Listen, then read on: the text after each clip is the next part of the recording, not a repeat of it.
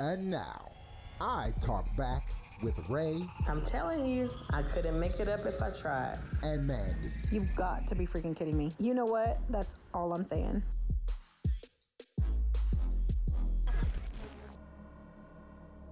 Hey guys, welcome back to I Talk Back with Ray and Mandy. I'm Mandy. I'm Ray. And we are your new favorite duo. Today's episode is going to be about business.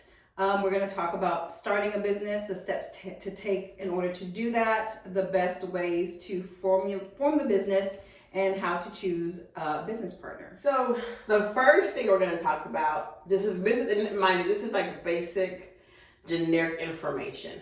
So based on your particular setup, what your goals that you're trying to accomplish are, what your business type is, if you're selling products versus services, all of that takes into account whenever you're talking about setting up a business. The first steps that you want to, the first thing you want to do, number one, is to start. I always say that. So many people say, oh, I want to start a business. I want to start a business. I always want to start a business. And they just never do it. You will never start one unless you start. So I would say the first thing is to start, get your mind made up to start your business. Get out of your own way, right? Which is what happens a lot of the time. There's different ways. First thing you want to look at, I always tell my clients, is the first thing you want to look at is what type of business are you wanting to do? What is the goal of your business? And is what you're trying to do already saturated? Now, just because you see somebody else doing it or a lot of people doing it does not mean you can't do it. It simply just means you may have to find the niche in that you're good at, right? So in Austin, we have 80,000 food trucks, right? That's almost like the food capital of the world. But your thing might be, like there's tons of barbecue food trucks. You might specialize in a certain type of sandwich or whatever your thing is. Just find whatever your niche is in whatever industry you're going to be in and do, and start with that. Right. Yeah, and I think another part of wanting to start a business is having a plan, what the business is going to need, all the necessities for the business, so you have a good grasp on the funding that you may need in order to start the business. And also, like I said, just because it's oversaturated, it doesn't have you. And so you need to figure out what you're going to provide to your community or your patrons that nobody else can do for them. So whether it's, starting a sandwich business and making heart-shaped sandwiches, or, just something different, something that nobody else is doing, because that's what's going to set you apart from everybody else. The next thing you want to look at is what your business structure, okay? Your business structure normally goes off of, the main reason you're looking at business structure is you're looking at your tax liability. Tax liability means how much you're going to be liable for or owe in taxes at the end of the year, or quarterly, or however you're going to do your taxes, or monthly, depends on how you're set up. And then whether or not you're going to have services or products is another reason. If you're going to have employees, that's another way to, you have to figure out what your structure is going to be. Some of the most common ones, there's two that are the most common. There's tons, but there's two that are most common we're going to discuss today, is a DBA versus an LLC. If you've heard of those terms, great. If you haven't, we'll describe them. So a DBA is an acronym for doing business as. It literally just means there's you have your own name, but you're doing business under an assumed name, right? Under a separate name. Another one is LLC, which is limited liability company. And that is literally what it says. It limits your personal liability if you should ever get sued, or your company should ever get sued. They can sue the company and not necessarily you. Like your personal assets are not on the line if they sue their LLC. Your DBA is a little bit different. So your DBA is normally filed through what county you're going to perform or provide those services in. If it's Travis County, you'll go to the Travis County tax assessor, collector, and then they have the form online now. You can go there and do your DBA name as well. If you live in Williamson County, you go to Williamson County. So whatever county you're going to be living in, your DBA is specific to the county that you're going to be doing business in. Let's say, for example, if they say, well, I live in Travis County, but I'm doing business in Williamson County. Ideally, you should have your DBA name registered in both counties. So it's going to be wherever you're performing services in is where you should register your DBA name. Right. And when you're forming your business and you're choosing your name, whichever you're going to go under, your DBA name or your LLC name, you want to make sure that you're checking the trademark website to make sure that that name isn't taken nationally, because you can trademark the name, or you can use TM behind it. But that's just for your local region. If you want to do something bigger, national wide, then you would have to go and trademark it on the website. But you want to make sure nobody else is using that name, so you don't come across the infringement whenever you're forming your names. Perfect. Yep. Yeah. True. So choosing your DBA and versus LLC, and then you have to. We talked about that just briefly as far as which one, what they are. The next one is going to be choosing the actual name. After you choose your name, then you want to go like Miss Mandy said and check and see, make sure it's not taken anywhere else in the trademark line. Somebody can come in if it's already been trademarked, and they can do a cease and desist, which means you have to stop using that name. So everything that you've built, your logo, your website, will be for no reason. So because you will have to literally stop using their name if they find out and they send you a cease and desist letter. Yeah. Or even if you pick the name and you don't trademark it, somebody else can go and trademark it even after you've already started using it. And then guess what? And then guess what? You've been using it for a year, it doesn't matter. It doesn't matter. It's who trademarks it first. Yep. So you want to know like how big you want to get and then kind of go from there. Yes. So after you've chosen the name, there are some names, and you can actually Google this as well, but there are some names based on what industry you choose to go into that are triggers for insurance and your liability. So there's some industries that will say, this is going to make your insurance go up, because if you have a business, you're supposed to have business insurance. So, based on your business type is going to be, you have to choose what type of insurance you need, whether it's liability insurance, E&O insurance. E&O stands for errors and omissions. I have that insurance as well in my bookkeeping business, right? Because I have an errors and omissions. I'm dealing with paperwork and forms and contracts. That if there's some error and or omission that I made, then that covers me as well. So you want to make sure that whoever you speak with knows how to guide you, okay? As far as what type of insurance that you need based on what industry you're actually going to be in and what you're going to be providing services for and to who. Right. So you have insurance. Another question I get all the time is about business credit, getting cars under the business name, vehicles, all that kind of good stuff. We can talk about that later on in a different episode. Or if you want to ask me a specific question, feel free to send us a message and we will respond to you. But we're not going to go into that much detail in this episode. But I will say this. Everyone will always say, I want my car, I want to buy a car or I buy whatever in my business name. Understand. Great. Necessary. All of that. But you cannot have a business vehicle under personal insurance. Your personal automobile insurance. So if you do have a business vehicle, make sure you are carrying commercial business liability insurance. It is going to be more expensive, so you have to outweigh your pros and cons of what you're going to do. But just think about that, right? Some people they think it's just a quick fix, it's simple, easy. It doesn't work that way. If you have a commercial vehicle that you're using under your business name and you bought with your business name, you are required to have business insurance for that vehicle. Yes. FYI. Yeah, so my husband's an independent contractor with a cab company out here, and we looked into maybe getting his own fleet vehicles so that he could start his own courier business. And we went and priced business insurance for the vehicle that we were thinking about, and it was like $1,000. So it is, a month. Yeah. So it is a little pricey, but the investment is worth it if it is a business that you plan on dedicating your time to, your energy, and your money. because everything you do with the business is an investment. And sometimes you do have to invest your own savings to start it, to fund it, you know. So those are kind of the things that you need to think about when you're starting. Like, where's your funding going to come from? Like Ray said, we can have a whole conversation about that in another episode. But those are the things.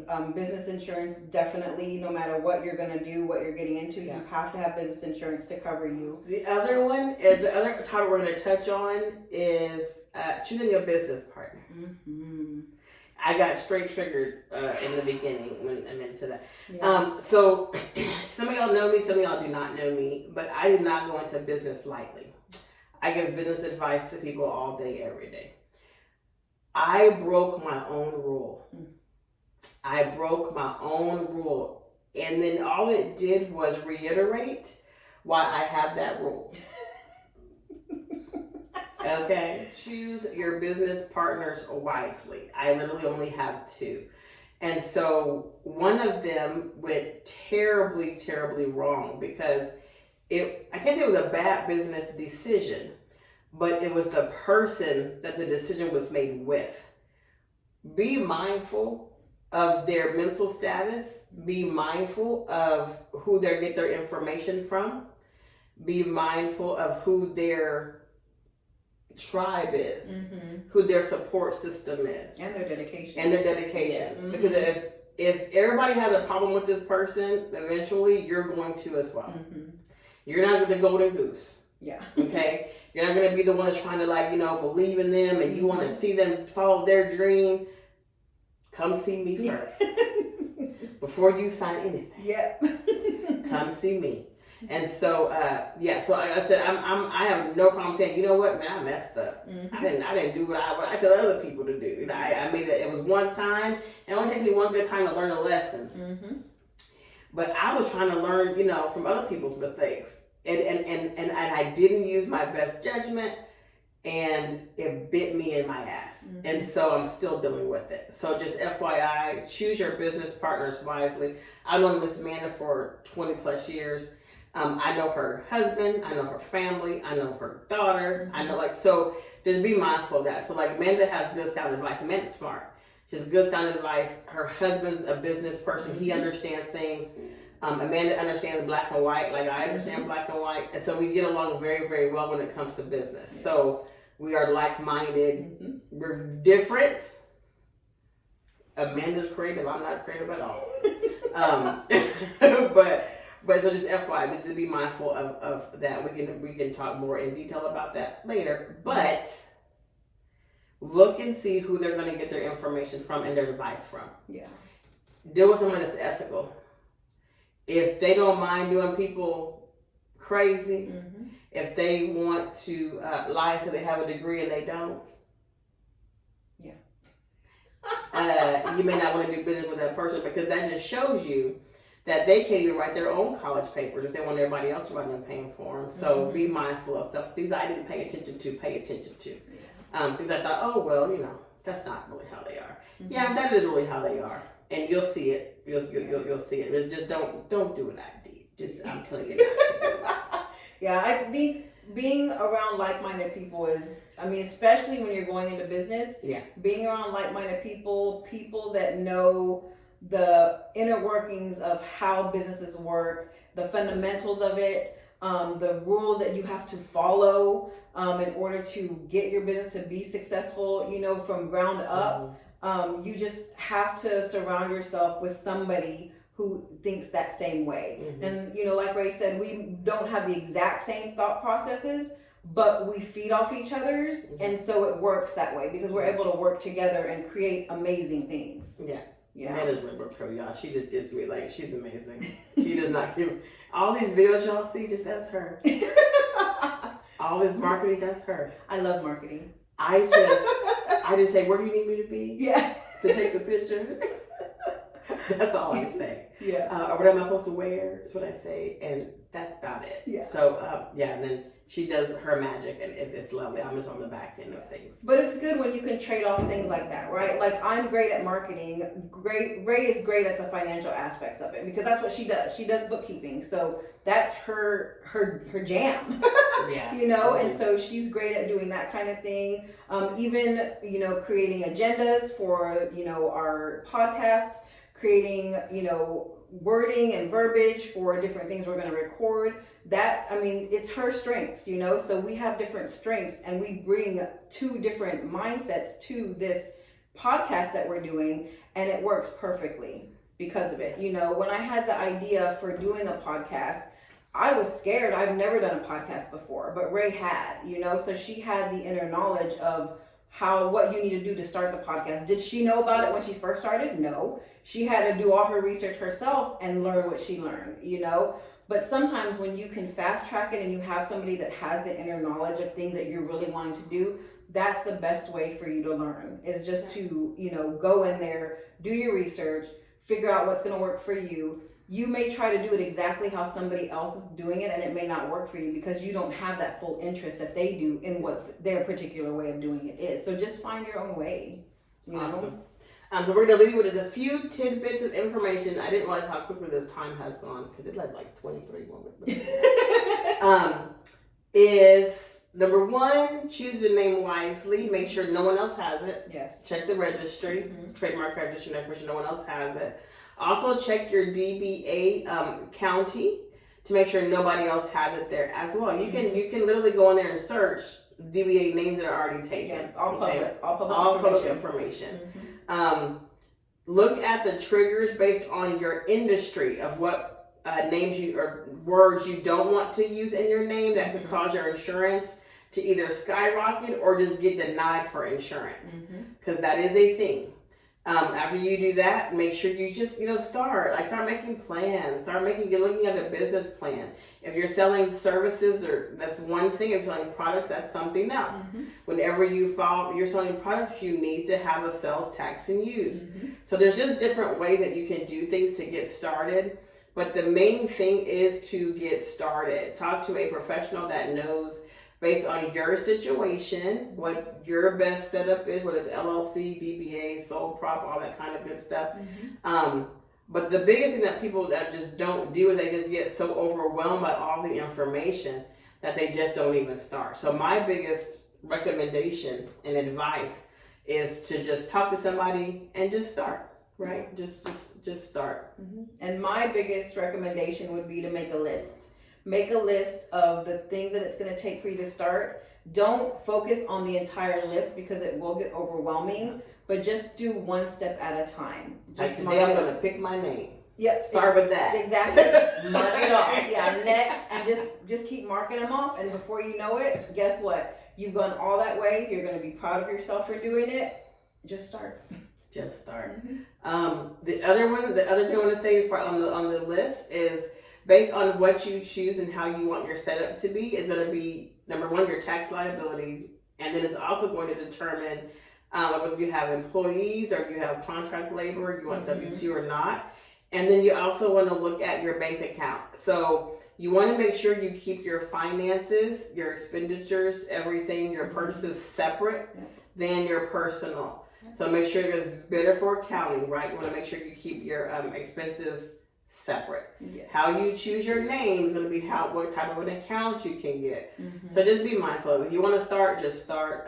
Very simple questions. If y'all want to send in questions and y'all want us to do a part 2 to answer specific questions, we have no problem doing that. We're here for y'all. So just send in questions. Go to the website, iTalkBackRM. Send questions in. Miss Amanda will pull them up. I can pull them up. She'll probably pull them up, be honest with you. Or email them to me. And then we'll we'll just have questions and we'll develop, another podcast to answer some of those questions that y'all have. Yes. And then for the bank account, in order for you to create a business bank account, you do have to register your business with the Secretary of State. They will want that certificate form before they will give you an actual business bank account. Yeah, certificate, your EIN. If you do a DBA, you just need your DBA, assume that it's been filed with the county. If you do an LLC, you make sure you have your certificate of Yes. formation is what they call it, the Form 300, and then you want to have your EIN letter from the IRS. Yes. And then you have to have a tax clearance letter now. They didn't used to do that. One of my new clients had to do it, which is very silly because you have no tax liability if you just started your business. Yeah, I was like, I didn't have to do it's that. not even due. They have the only person that made them do that was Navy Federal. Actually, it was Navy Federal, which I have that they didn't ask me to do it. I don't know. That's what one of my newer clients called and wanted a tax clearance letter, which is not hard to get. You need your web file ID and we just request it, but it's a little tedious because they don't really send your web file ID that quickly because you don't have any taxes due. Yeah. So you have to kind of beg them for it. It's kind of crazy, but yeah. So if you have any questions, like we welcome questions, love it. Send them in. Do what we say. Don't do what I did. Is what I'm saying. When you're choosing a partner, lesson learned. It's great. It's great. That's part of life, right? It's part of life. Part of life. Dang it! I sure didn't need to go there. I knew the lesson. That's why I was so mad at myself about it. I already knew it. Yeah. I already knew it. I felt bad. I felt bad for them. Chances. I tried. I was like, you know what? Okay, they wouldn't do me like that. And then here we go. But we can't expect us from other people. That's right. On the relationship episode, we will discuss that phrase. That's right. Help us all. Yep. Praise Jesus. Yes. Okay. It's been great talking about Business 101 with your favorite new duo, Ray and Mandy.